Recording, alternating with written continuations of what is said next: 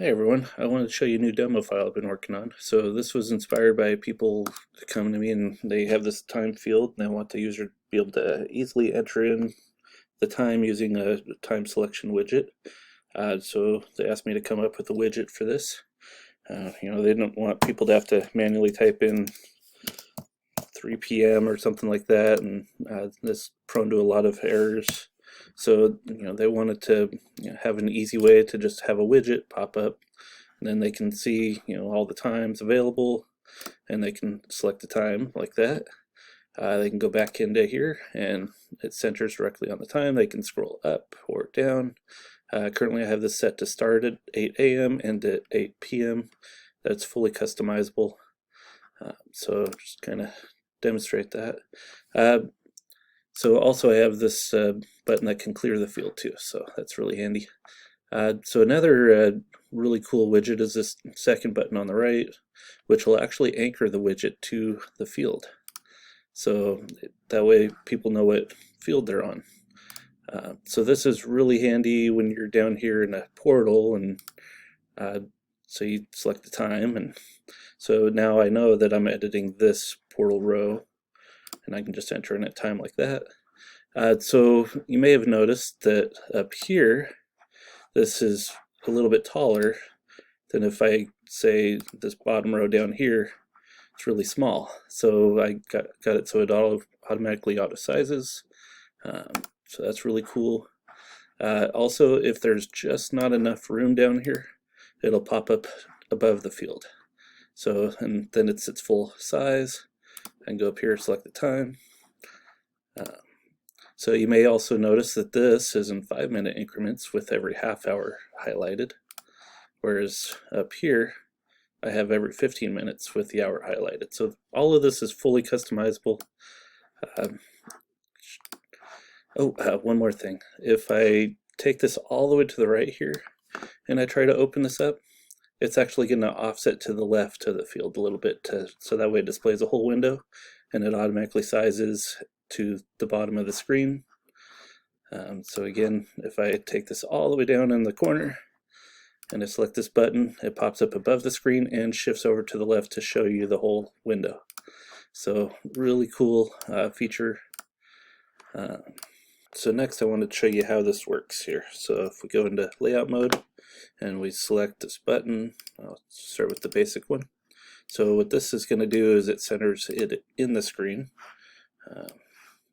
Alright, so right here we map it to the field, and then we say we want 15-minute intervals. We want the minute highlights to be every 60 minutes. Our start time we want at 8 a.m. Our end time or time stop we want at 8 p.m. The default time, that's the time it's going to automatically select. So if there is no time in the field, it's going to start at whatever the default time is. Dim the parent window, that I haven't even shown you yet. So let's try changing it to 1, then I'll show you how that looks. And then it populates all the JSON for the parameter. So let's go back into browse mode. So now that I did the dim, we can see right here, now we have this nice dimmed background, and then we can select the time. So pretty cool. Let's go back into layout mode. And for this one that attaches it to this object, let's just resize this window this time. Okay, so here I have it mapping to that particular field. So for this field, and then I have 15-minute intervals at 60-minute highlights.